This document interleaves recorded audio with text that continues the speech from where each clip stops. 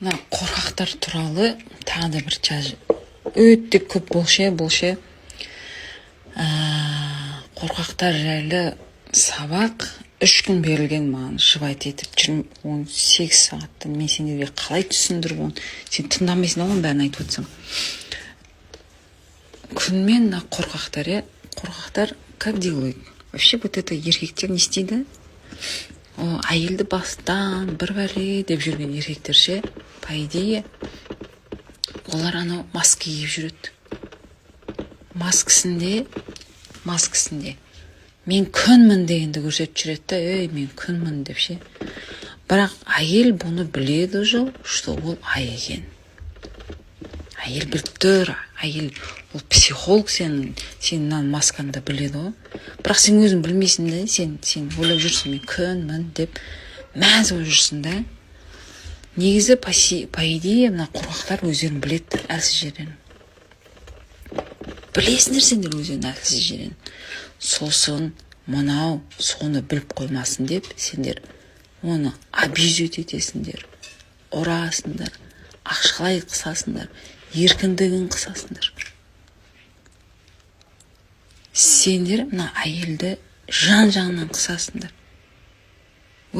Осын кінәлі қыласыңдар ше. Мен күн емеспін дейсіңдер да. Негізі айсың.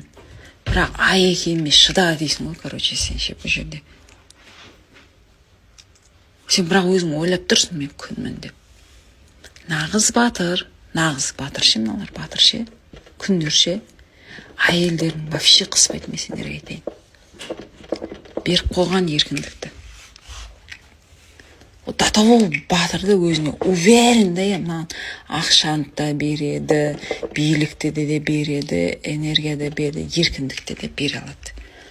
Ол уверен ше, до того уверендік өзіне. Все.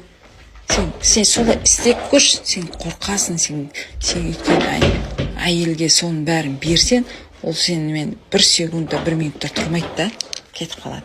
Мынау соның бәрін біледі, и уверен, что ол әйел кетпейді, оның қасында болатын.